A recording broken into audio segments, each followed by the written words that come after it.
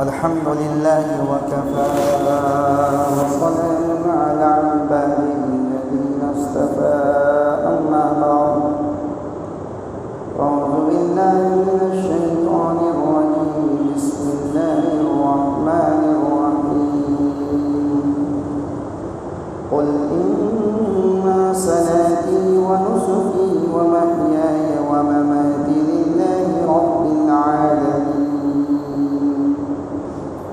وقال النبي صلى الله عليه وسلم من وجد ساعة أن يضحي فلا يضحي فلا يحضر مصلانا، أو كما قال عليه الصلاة والسلام.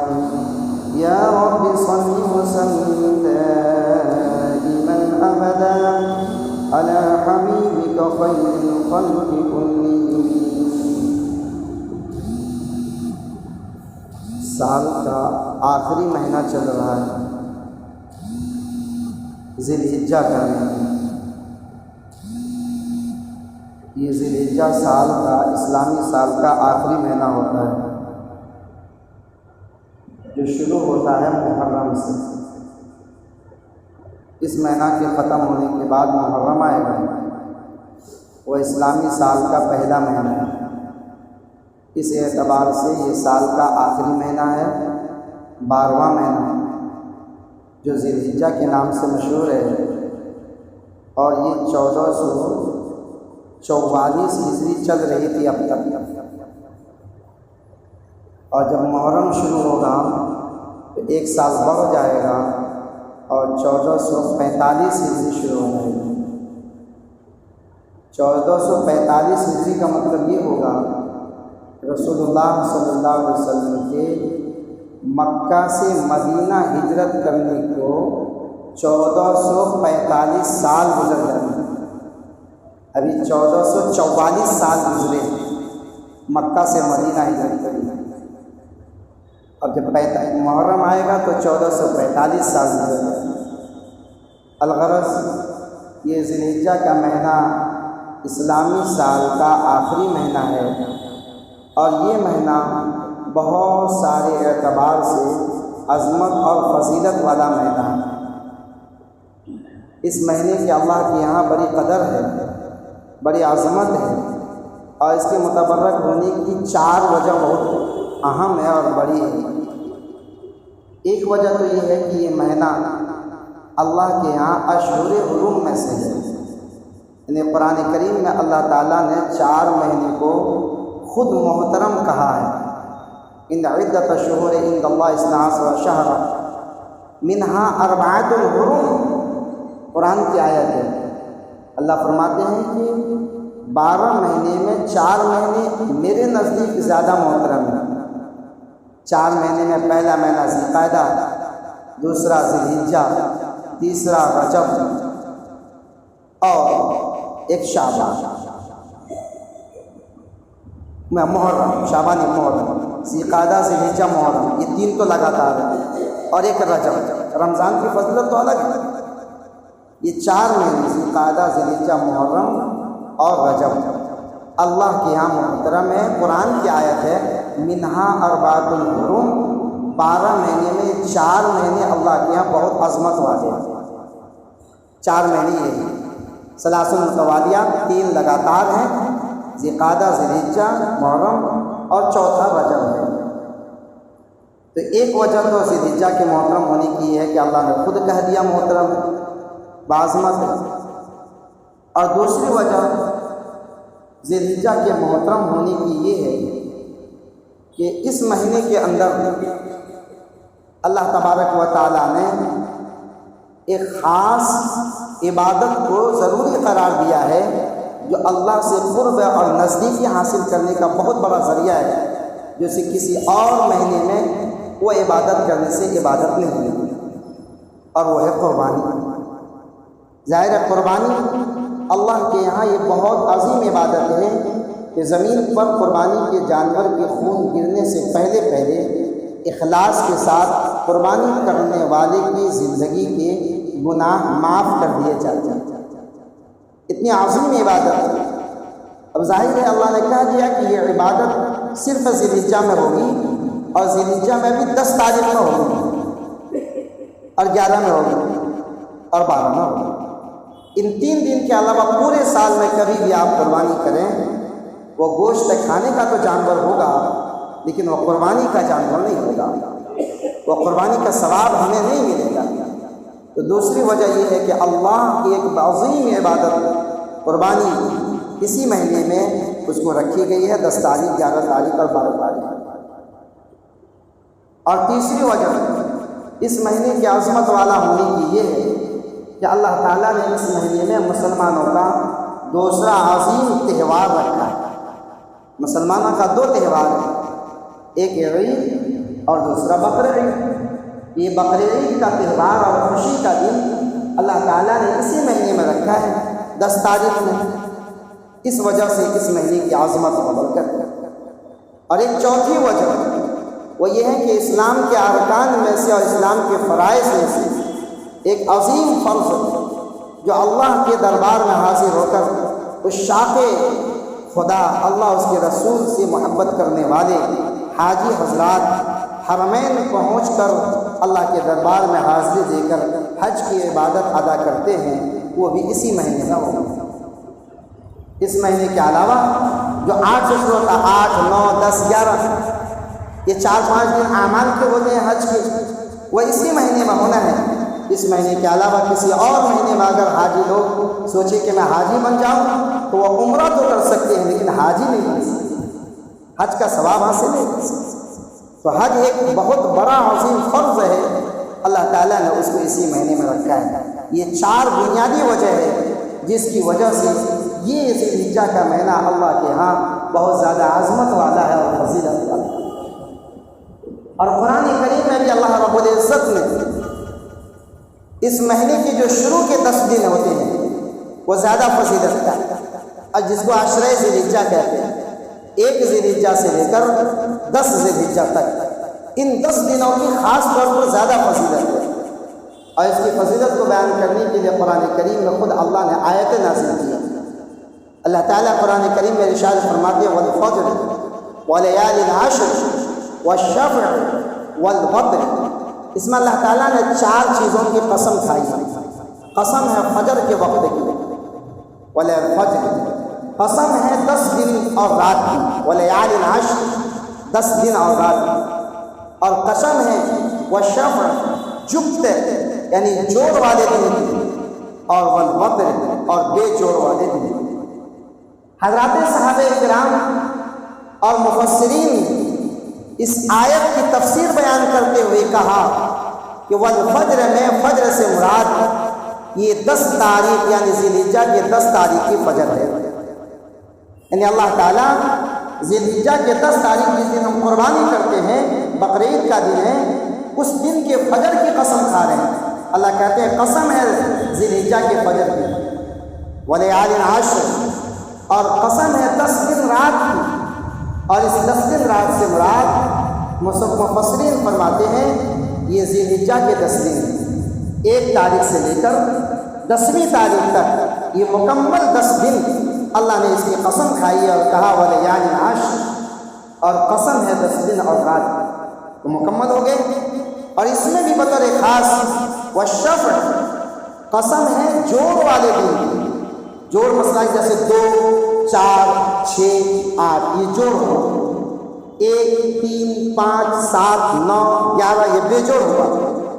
تو اللہ کہتے ہیں والشفع، قسم ہے جوڑ والے دن کی، اور جوڑ والے دن سے مراد حضرات مفسرین فرماتے ہیں یہ 10ویں تاریخ کا دن ہے جس کو ہم 10ویں ذی الحجہ کہتے ہیں، ظاہر وہ جوڑ والا دن۔ فرمایا والوتر، اور قسم ہے بے جوڑ والے دن کی، اور بے جوڑ والے دن سے مراد 9ویں تاریخ عرفہ کا دن یعنی 9 ذی الحجہ۔ اللہ نے اس آیت میں 4 باتوں کی قسم کھائی ہے، اور یہ چاروں چیزیں 1 تاریخ سے لے کر 10 ذی الحجہ تک ہی پائی جاتی ہیں۔ اب ظاہر ہے اللہ تعالیٰ اپنی بات منوانے کے لیے تو قسم نہیں کھا رہے ہیں، اس لیے کہ اللہ کو اپنی بات منوانے کے لیے کسی چیز کی قسم کھانے کی ضرورت نہیں ہے۔ لہذا جب اللہ کسی چیز کی قسم کھاتے ہیں قرآن میں، اس کا مطلب یہ ہوتا ہے کہ اللہ اس چیز کی عظمت کو اور اس کی برتری کو اور اس کے بہت باعظمت ہونے کو لوگوں کے سامنے ظاہر کرنا چاہتا ہے۔ وہ تین کی قسم کھائی، کعبہ کا قسم کھایا، قرآن کے قسم کھایا، بیت حرام کا اللہ نے قرآن میں قسم کھایا، ان سب چیزوں کی عظمت کو ظاہر کرنا۔ اسی طریقے سے بھائیوں، یہ جو 1 ذی الحجہ سے لے کر 10 ذی الحجہ تک اللہ نے ان دنوں کی قسم کھائی ہے، اس کی عظمت اور اس کی برتری اور اس کی بڑائی کو ظاہر کریں، تاکہ میرے ماننے والوں کو یہ یقین ہو جائے کہ یہ دن بہت زیادہ اللہ کے یہاں اہم ہے اور عبادت کے بہت زیادہ مستحق ہے۔ حدیث شریف میں بھی نبی کریم صلی اللہ علیہ وسلم نے مختلف روایات میں عشرہ ذی الحجہ، 1 ذی الحجہ سے لے کر 10 ذی الحجہ تک کی ایام اور راتوں کی بڑی فضیلتیں بیان فرمائی۔ مختلف روایات ہیں، صرف ایک روایت ذکر کرتا ہوں۔ ترمذی شریف کی روایت ہے، حضرت ابو ہریرہ رضی اللہ تعالی عنہ سے روایت ہے کہ آقا مدنی صلی اللہ علیہ وسلم نے ارشاد فرمایا، ما من ایام احب الی اللہ ان یتعبد له فیہا من 10 ذی الحجہ، کہ اللہ کے یہاں عشرہ ذی الحجہ سے زیادہ کوئی دن سال میں اتنا معتبر نہیں ہے کہ جس دن عبادت کرنے کا ثواب عشرہ ذی الحجہ سے زیادہ عبادت کے مقابلے میں برابر ہو۔ یعنی جتنا ثواب اللہ تعالیٰ ذی الحجہ کا چاند نکلنے کے بعد 10 ذی الحجہ تک کی عبادت میں، رات کی عبادت میں، دن کے روزے میں جتنا ثواب اللہ ان 10 دنوں میں عبادت میں دیتے ہیں، اتنا ثواب باقی دنوں کے عبادتوں میں نہیں دیتے۔ یہ بڑی عظمت والی بات ہے۔ اللہ کا خاص انعام اور خاص اکرام ہوتا ہے بعض دنوں کے ساتھ، جیسے دنوں میں اللہ تعالیٰ نے جمعہ کے دن کو عید کا دن قرار دے کر اس کی عظمت کو بیان کیا۔ مہینوں میں اللہ نے رمضان المبارک کے مہینے کی عظمت کو بیان کر لوگوں کے ذہن و دماغ میں اس کی عظمت کو بیٹھایا۔ پھر رمضان کے مہینے میں بھی 3 عشرے ہوتے ہیں، اس میں بطور خاص اخیر عشرہ کی مستقل فضیلت بیان کر اس کی عظمت کو بیان فرمایا۔ اسی طریقے سے بھائیوں، دنوں میں جو عظمت کے اعتبار سے اللہ نے عبادت کا ثواب بڑھایا ہے وہ عشرہ ذی الحجہ کا دن ہے، یعنی یہ 10 دن ہیں، ان 10 دنوں میں عبادت کا ثواب اللہ کے یہاں بہت زیادہ بڑھ جاتا ہے۔ اس لیے ہمیں خاص اہتمام کرنا چاہیے۔ یہ ذی الحجہ کا مہینہ سامنے آنے والا ہے، ہمیں مہینہ آنے پر تقریر کرنے سے فضیلت حاصل نہیں ہوگی، بلکہ اس سے پہلے بتلا دیا جائے تاکہ اس سے پہلے آنے سے پہلے ہم اس کا استقبال کریں اور اس کے لیے مکمل تیار ہو جائیں۔ اس لیے ہمیں اس آنے والے مبارک مہینے اور مبارک عشرے کا بھرپور حصہ حاصل کرنا ہے، زیادہ سے زیادہ عبادت کرنی ہے۔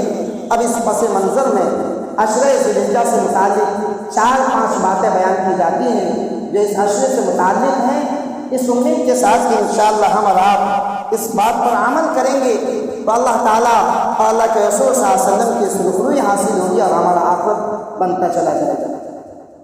پہلی بات تو یہ ہے کہ عشرہ ذی الحجہ کے اعمال میں سے ایک عمل روزے کا ہے۔ ہم روزے کو خاص کر رکھتے ہیں رمضان کے ساتھ، رمضان کے علاوہ مسلمان روزہ رکھتا ہی نہیں۔ حالانکہ نبی کریم صلی اللہ علیہ وسلم نے کوئی مہینہ ایسا نہیں چھوڑا جس میں خاص ایام کے روزے کی فضیلت نہ بیان کی۔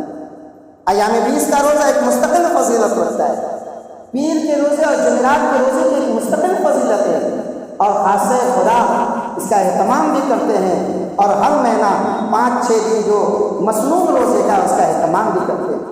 اسی طریقے سے نبی کریم صلی اللہ علیہ وسلم نے محرم کے روزے کی فضیلت بیان فرمائی، شعبان کے روزے کی فضیلت بیان فرمائی اور ذی الحجہ کے روزے کی فضیلت بیان فرمائی۔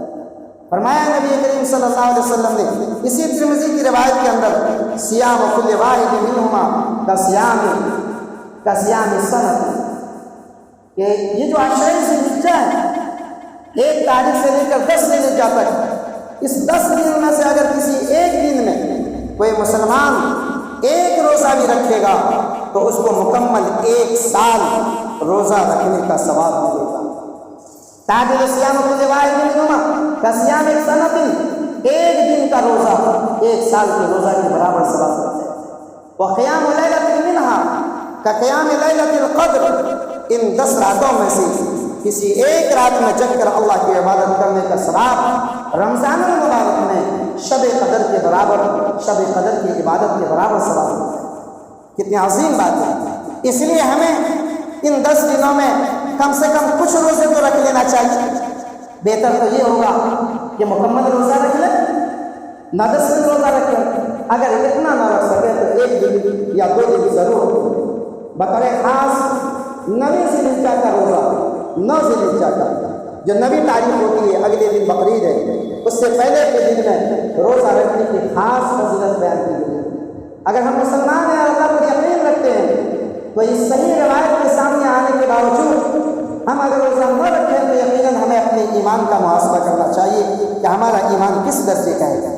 اللہ کے نبی صلی اللہ علیہ وسلم نے مسلم شریف کی روایت میں جو صحیح روایت ہے صاف ارشاد فرمایا، صیام یوم عاشور، صیام یوم عرفہ، کہ عرفہ کے دن کا روزہ رکھنا، احتسب علی اللہ، میں اللہ کی ذات سے امید رکھتا ہوں، یکفر السنۃ الماضیہ والباقیہ، کہ جو مسلمان عرفہ یعنی 9 ذی الحجہ کو روزہ رکھے گا اللہ تعالیٰ اس کی اگلے اور پچھلے تمام گناہوں کو معاف فرمائے۔ بات سن کر اور انسنی نہیں کر دینی ہے، اس کو دل پر لینا ہے۔ 9 ذی الحجہ کا روزہ رکھنا ہے، 1 دن کا روزہ رکھنا ہے، اللہ تعالیٰ پچھلے سال کے تمام گناہ کو معاف فرمائیں گے، اگلے سال کے تمام گناہ کو معاف فرمائیں گے۔ حدیث کے الفاظ ہے السنۃ الماضیہ والسنۃ الباقیہ، پچھلے سال کا گناہ اور آئندہ سال کا گناہ، اللہ 2 سال کے گناہوں کو معاف فرمائے۔ عمل چھوٹا ہے، اجر اور ثواب کتنا زیادہ ہے۔ اور پھر تو اگلے دن گوشت کھانا ہی ہے۔ آج تو کم سے کم روزہ رکھ کے اپنے اندر کنٹرول پیدا کر لیں، بھوک اور پیاس کی طرف پیدا کر لیں، پیٹ کو صحیح کر لیں۔ فرمایا اگر تندرست رہنا چاہتے ہو تصوم و تصیحوا، ایک دوسری روایت ابراہیم کی ہے، اگر تندرست رہنا چاہتے ہو روزے کا اہتمام کرو۔ جو لوگ مہینے میں روزوں کا اہتمام کرتے ہیں وہ ڈائبٹیز، شوگر پریشر اور ہارٹ اٹیک اور کڈنی اور فلاں کی بیماریوں سے محفوظ ہوتا ہے، خاص طور پر پیٹ سے جڑے ہوئے تمام بیماریوں سے انشاءاللہ وہ محفوظ ہے۔ نبی کا فرمان جھوٹا نہیں ہو سکتا، صاف الفاظ ہیں، تصوموا تصیحوا، محمد گارنٹی لیتا ہے اگر صحت مند رہنا چاہتے ہو روزے کا اہتمام۔ اس لیے اگلے دن تو کھانا ہی ہے، 9 تاریخ کا روزہ اہتمام سے رکھنا ہے۔ یہ ایک عمل ہے جو ہمیں ان 10 دنوں میں کرنا ہے، روزے کا اہتمام کرنا ہے۔ دوسرا عمل اس میں یہ ہے کہ جو مسلمان مرد یا عورت 10 تاریخ کو، 11 تاریخ کو یا 12 تاریخ کو اپنے نام پر قربانی کرنے کا ارادہ رکھتے ہیں، ہر ایک کے لیے حکم نہیں ہے، جو مسلمان مرد و عورت اپنے نام پر قربانی کرنے کا ارادہ رکھتے ہیں، جن کے نام پر قربانی ہونی ہے، اس کے لیے شریعت کا حکم یہ ہے کہ اس کے لیے افضل اور مستحب یہ ہے کہ جب بقرعید کی چاند نکل آئے تو وہ اپنے ناخن کو، اپنے بال کو، سر کے بال کو، زیر ناک بال کو، مونچھ کے بالوں کو وہ نہ کتروائے، ناخن کو نہ کتروائے، بال کو نہ کٹائے۔ لیکن اس کے اندر آپ یاد رکھیں یہ حکم سب کے لیے نہیں ہے۔ حدیث کے الفاظ آپ سنیں، مسلم شریف کی روایت ہے، حضرت ام سلمہ رضی اللہ تعالی عنہا سے مروی ہے کہ نبی کریم صلی اللہ علیہ وسلم نے ارشاد فرمایا اذا دخلت العشر واراد احدكم ان يضحي فلا يمس من اظفاره ولا شعره ولا بشره، کہ وہ مسلمان کہ جو قربانی کرنے کا ارادہ رکھتا ہے، یہ الفاظ حدیث ہے، تو جب چاند نکل آئے تو وہ اپنے چہرے کو نہ بنائے، یعنی مونچھ نہ کٹوائے، اپنے بال کو نہ کٹوائے، اپنے ناخن کو نہ کٹوائے۔ لہٰذا یہ حکم ان لوگوں کے لیے ہے جو قربانی کرنے کا ارادہ رکھتے ہیں، فیملی کے سارے لوگوں کے لیے نہیں ہے، جن کے نام پر قربانی ہونی ہے اس کے لیے۔ ایک بات سمجھا اس میں ایک دوسری بات یہ سمجھے جو بہت ساری غلط فہمیاں اس میں ہوتی ہے کہ یہ حکم فرض نہیں ہے، یہ حکم واجب نہیں ہے، یہ حکم جو ہے بہت زیادہ تاکیدی نہیں ہے، یہ مستحب ہے، یہ افضل ہے، یعنی یہ ثواب کی چیز ہے۔ اللہ کے نبی نے فرمایا ہم مسلمان ہیں کہ ایسا نہیں کرنا چاہیے، تو ہم نہیں کریں گے تو ہمیں ثواب ملے گا۔ ایک مسلمان کو ثواب چاہیے، اس لیے وہ ثواب کی نیت سے ایسا کرے گا، لیکن اگر کسی نے کر لیا، ناخن کاٹ لیا تو اب اس کی قربانی صحیح نہیں ہوگی، یہ غلط بات ہے۔ ایسا کوئی مسئلہ نہیں ہے، ناخن کاٹ ملے، بال کاٹ ملے، تب بھی اس کی قربانی پر کوئی فرق نہیں پڑے گا، اس کی قربانی صحیح ہو جائے گی، البتہ اس کو ثواب نہیں ملے گا، گناہ کوئی نہیں ملے گا۔ 2 بات ہو گئی۔ تیسری بات اس میں جو بہت زیادہ اہمیت کا حامل ہے وہ یہ ہے کہ یہ جو بال اور ناخن نہ کاٹنے کی بات ہے یہ ان لوگوں کے لیے ہے کہ جن کے بال اور ناخن کاٹنے کی مدت 40 دن سے زیادہ نہ ہو، یعنی بھی چھوٹا چھوٹا، اگر ناخن کاٹے ہوئے اس کو 40 دن گزر گئے، زیر ناف بال بنائے ہوئے اس کو 40 دن گزر گئے، اور اب چاند نکل آیا ہے اور اب اس کو قربانی کرنی ہے، تو اب نہ کاٹنا ثواب نہیں بلکہ اب کاٹنا فرض ہے۔ اب بال کاٹنا ضروری ہے، اب ناخن کاٹنا ضروری ہے، اس لیے کہ جو اب اس کے اندر کراہت آ گئی، اس سے زائد دنوں تک بال اور ناخن کو رکھنا گناہ ہے۔ تو ایک طرف تو ثواب لینا، گناہ کوئی نہیں ہے، اور ایک طرف گناہ چل رہا ہے، لہذا گناہوں سے اپنے آپ کو بچانا ہے، لہذا شریعت کا حکم ہے کہ اس سے پہلے اپنے ناخن بال کو کاٹ لیں۔ یہ چیز ہمیں سمجھنی ہے۔ یہ ان لوگوں کے لیے جو قربانی کرنے کا ارادہ رکھتے ہیں، یہ حکم بطور خاص ان کے لیے۔ یہ 2 عمل ہوا۔ تیسرا عمل ہے عید بقرعید کی رات کی عبادت۔ عموماً آنے والے دن جو بقرعید کا دن ہوتا ہے، اس سے پہلے کی جو رات ہوتی ہے، اس رات کو امت مسلمہ ضائع کر دیتی ہے۔ بطور خاص نوجوان اس رات کو تفریح میں اور گھومنے پھرنے میں، اس کو مٹر گشتی میں جو ہے ضائع کر دیتی ہے۔ میں نے اس سے پہلے بھی آپ کو سنایا، نبی کریم صلی اللہ علیہ وسلم کا صاف ارشاد ہے، من قام لیلۃ العیدین، جو مسلمان عید اور بقرعید کی رات میں کھڑے ہو کر اللہ کی عبادت کرے گا، چاہے تلاوت، چاہے ذکر، چاہے تسبیح، چاہے نماز، چاہے تھوڑی چاہے زیادہ، کچھ بھی عبادت کرے گا، تو فرمایا لم یمت قلوبہ یوم مات قلوب الانسان، کہ جس دن سارے انسانوں کے دل مر جائیں گے، یعنی قیامت کے دن جس دن سارے انسانوں کے دن مر جائیں گے اور پریشان حال ہوں گے، نفسی کا عالم میں مبتلا ہوں گے، ایسے وقت میں اللہ تعالیٰ عید اور بقرعید کی رات میں عبادت کرنے والے کے دل کو زندہ رکھیں گے، مطمئن رکھیں گے، ان کو پریشانی آخرت سے بچا لیں گے، اس کو جو ہے اللہ تعالیٰ قیامت کی پریشانی سے محفوظ رکھ لیں گے۔ یہ میں نے آپ کو حدیث سنائی ہے، اس لیے ہمیں اس کا خیال کرنا ہے کہ عید کی جو رات ہے اس کو ضائع نہ کرنا ہے۔ کچھ نہیں کر سکتے ہیں تو گناہ سے بچا لینا ہے۔ اس کا طریقہ یہ ہے کہ عشاء کی نماز پڑھ کے سو جانی ہے، فجر کی نماز جماعت سے پڑھ لینی ہے، انشاءاللہ پورے رات ہمیں نفل عبادت کا ثواب مل جائے گا اور ہم گناہوں سے بچ جائیں گے۔ اگر زیادہ عبادت نہ کر سکیں تو کم سے کم گناہوں سے بچ جائیں۔ یہ تیسرا کام ہے جو ہمیں ان دنوں میں کرنا ہے۔ چوتھا کام جو ہمیں کرنی ہے وہ ہے تکبیر تشریق۔ 9 ذی الحجہ کے فجر کے وقت سے لے کر 13 ذی الحجہ کے عصر تک نمازوں کے بعد، ہر فرض نماز کے بعد تکبیر پڑھی جاتی ہے، اللہ اکبر لا الہ الا اللہ واللہ اکبر وللہ الحمد۔ یہ تکبیر پڑھی جاتی ہے ہر عاقل بالغ مسلمان پر فرض نماز کے بعد، مرد ہو یا عورت، اس کو پڑھنا ضروری ہے۔ اگر نہیں پڑھیں گے گناہ ہوگا، گنہگار ہوگا۔ اور آپ کو میں بتاؤں تاکہ آپ کے دل کے اندر عظمت ہو، یہ جو کلمات ہیں نا، یہ اللہ کے 3 مقرب بندوں کے کلمات ہیں۔ یہ جو پورا کلمہ ہے ایک انسان کا نہیں ہے، یہ 3 مقرب بندوں کا کلمہ ہے۔ ایک جبرائیل کا کلمہ ہے، اس میں دوسرا کلمہ ابراہیم علیہ السلام کا ہے، اور تیسرا کلمہ اس میں حضرت اسماعیل علیہ السلام۔ فتویٰ شامی میں علامہ شامی رحمۃ اللہ علیہ نے اس روایت کو ذکر کیا کہ جب اسماعیل علیہ السلام کے گلے پہ چھری چلائی جا رہی تھی تو اللہ تعالیٰ نے جنت سے جنتی مینڈے کو لے کر بھیجا۔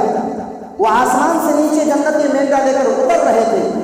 جب حضرت جبرائیل علیہ السلام نے ابراہیم علیہ السلام کو دیکھا کہ اپنے بیٹے کے گلے پر بہت تیزی سے چھری چلاتے ہیں، تو انہوں نے جو اپنی زبان سے کلمہ کہا ہے وہ ہے اللہ اکبر اللہ اکبر۔ یہ جملہ ابراہیم جبرائیل علیہ السلام کا ہے، اللہ اکبر اللہ اکبر، یہ جملہ جبرائیل علیہ السلام کا ہے۔ جب دیکھا کہ ابراہیم علیہ السلام تیزی سے چھری چلا رہے ہیں، وہ گھبرا گئے اور انہوں نے کہا اللہ اکبر اللہ اکبر۔ ادھر جب حضرت ابراہیم علیہ السلام کو نے دیکھا اور ان کو یہ معلوم ہو گیا کہ میرے بیٹے کی جگہ میں جبرائیل علیہ السلام جنتی مینڈا لے کر آ رہے ہیں، تو ان کی زبان سے اگلا کلمہ نکلا اللہ اکبر لا الہ الا اللہ واللہ اکبر، لا الہ الا اللہ واللہ اکبر۔ تو یہ جملہ لا الہ الا اللہ واللہ اکبر یہ حضرت ابراہیم علیہ السلام کا جملہ ہے۔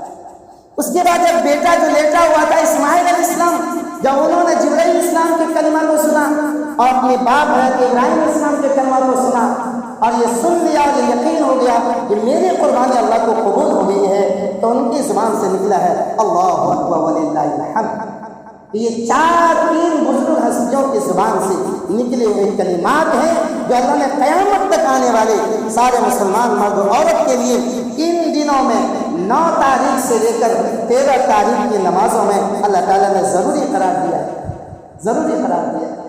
اس لیے ہمیں ان تکبیر تشریقات کا بھی اہتمام کرنا ہے، چاہے ہم جماعت کے ساتھ پڑھیں تب بھی ہمیں کرنا ہے، اور اگر جماعت چھوٹ جائے انفرادی طور پر نماز پڑھنا ہے تو فرض نماز کے بعد ہمیں تکبیر تشریقات کہنا ہے، یاد نہ ہو تو یاد کرنا اور گھر کے مستورات کے لیے سکھانا ہے۔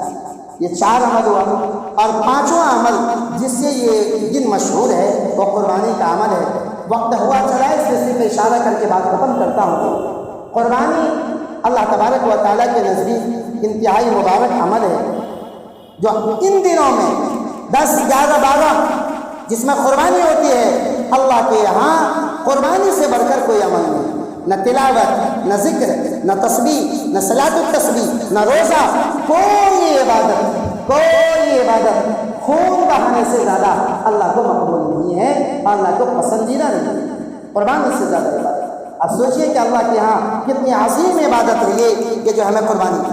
قربانی یہ ایک ایسی عبادت ہے جو ہر دھرم اور ہر مذہب کے ماننے والے جب سے دنیا بنی ہے تب سے کر رہے اور آج بھی کر رہے ہیں۔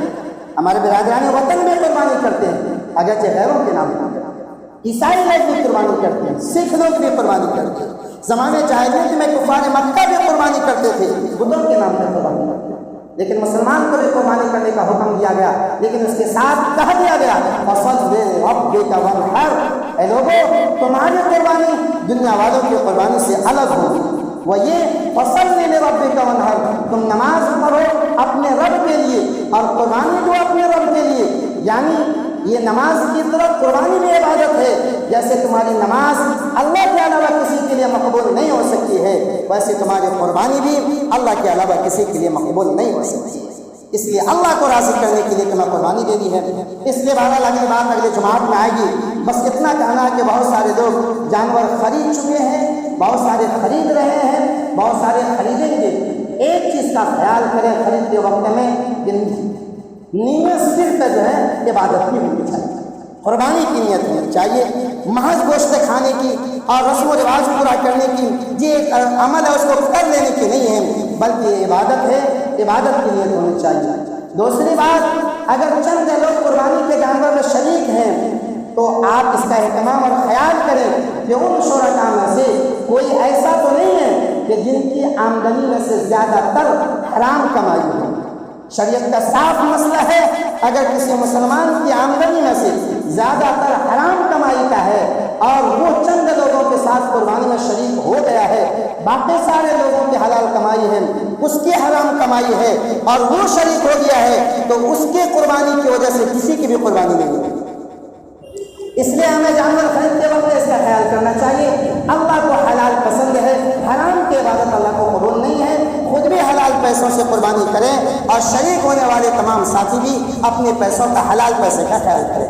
اور ایک اور بات، خریدتے وقت میں آپ جانور اچھا خریدیں، یہ پسندیدہ ہے، پالتو خریدیں، لا کے گھر میں پالیں، یہ اللہ کو پسند ہے، لیکن کسی عبادت میں دکھاوا، ریا اور اپنے آپ کی برتری ظاہر کرنا یہ اللہ کو پسند نہیں۔ ہم نماز پڑھتے ہیں، باہر جا کر یہ نہیں کہتے ارے تم بیوقوف ہو، ہم نماز پڑھ کے آئے ہیں، ہم بڑے ہیں، کبھی ایسا نہیں ہوتا۔ کوئی عبادت کر کے دوسرے پر احسان نہیں جتاتا، اپنے آپ کو بڑا نہیں شمار کرتا ہے۔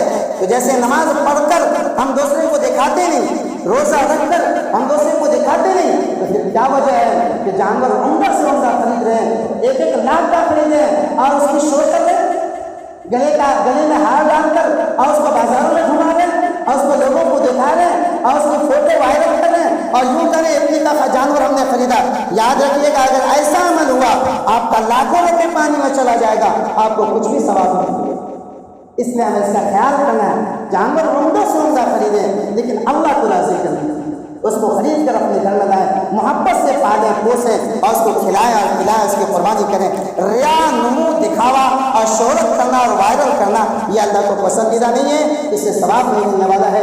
قربانی کے تعلق سے جو پیغامات آئے ہیں اللہ سے دعا فرمائے اللہ ہمیں بھی اور آپ کو، ہم سب کو ان پیغامات پر عمل کرنے کی توفیق نصیب فرمائے۔ وآخر دعوانا